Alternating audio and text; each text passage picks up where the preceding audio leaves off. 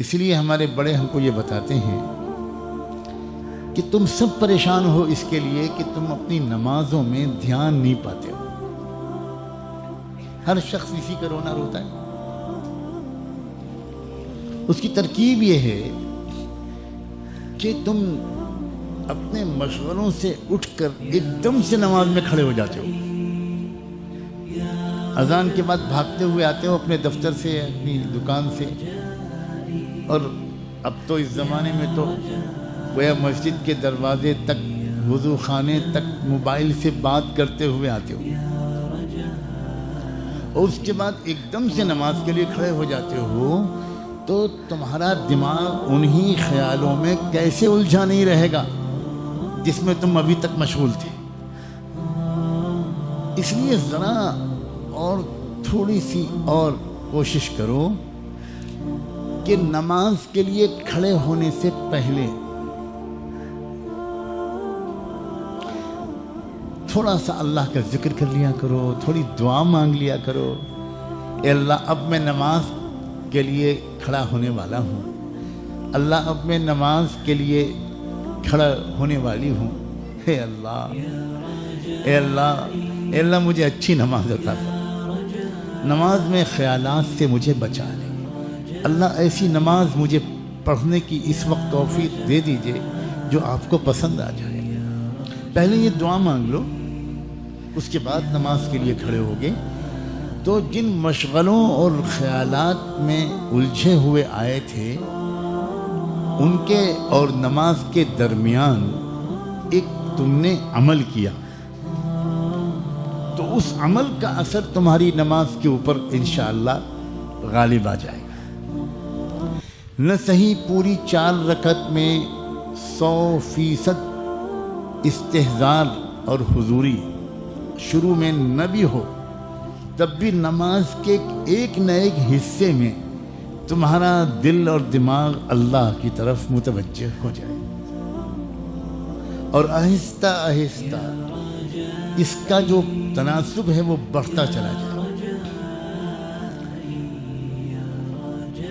اور مستقل یہ محنت کرتے رہو گے تو ایک نہ ایک دن تم کو وہ نماز بھی نصیب ہو جائے گی جس میں تم تکبیر تحریمہ سے لے کر سلام تک ایک لمحے کے لیے بھی اپنے اللہ سے غافل نہیں ہوئے.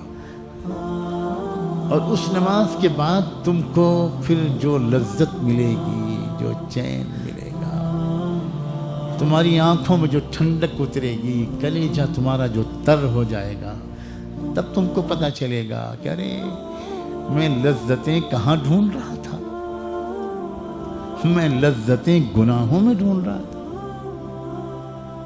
میں دل کا چین و اطمینان معصیت میں ڈھونڈ رہا تھا.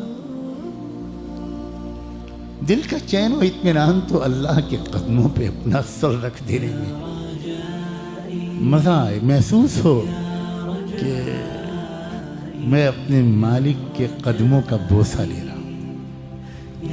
کیا نصیب تھا ان اللہ والوں کا جن کی شاید ہر نماز ایسی ہوتی تھی.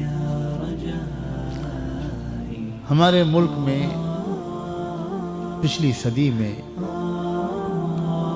ایک شخصیت گزری، حضرت مولانا شاہ فضل الرحمن گنج مراد آبادی رحمۃ اللہ علیہ. ایک بار انہوں نے اپنے کسی خاص چہیتے شاگرد سے کہا کہ اللہ کا شکر ہے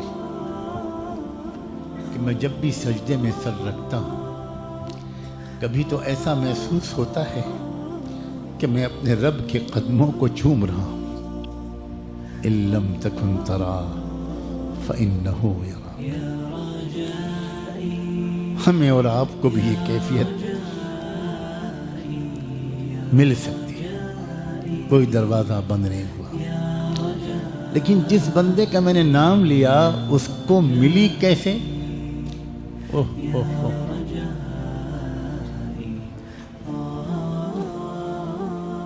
کسی چیز کو جب انسان مقصود بنا کر محنت کرنے میں لگ جاتا ہے اور اس کی دھن سوار ہو جاتی ہے تو وہ چیز اس کو مل ہی جاتی ہے. اس بندے نے 30-40 سال اسی بات پر محنت کی کہ مجھے نماز وہ مل جائے جس میں میں لمحے بھر کے لیے بھی اللہ سے غافل نہ ہوں۔ مارا مارا پھرتا تھا وہ بندہ، جہاں خبر ملتی تھی کہ فلاں شخص کی نماز بہت اچھی ہے تو چاہے 50 سینکڑوں میل پیدل چلنا پڑے، چل کر اس بندے کی نماز دیکھنے کے لیے پہنچ جاتے تھے، اس کو نماز پڑھتا ہوا دیکھتے تھے اور اس کے بعد پھر خود ویسی ہی نماز پڑھنے کی کوشش کرتے تھے اور اللہ کی خوشامد کرتے تھے کہ اللہ میں اتنی دور یہاں جو آیا ہوں، آپ تو دیکھ رہے ہیں کہ اپنی نماز کو بہتر بنانے کے لیے آیا ہوں، اور تو مجھے کچھ مقصود نہیں، میری نماز اچھی کر دیجئے۔ تو کیا اللہ اتنا بے رحم ہے کہ اتنے سچی طلب والے کو نماز نہیں دے گا؟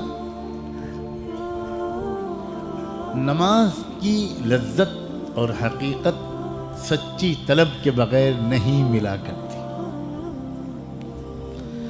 اور ایک بار نماز مل جائے تو اللہ سے تعلق مضبوط ہو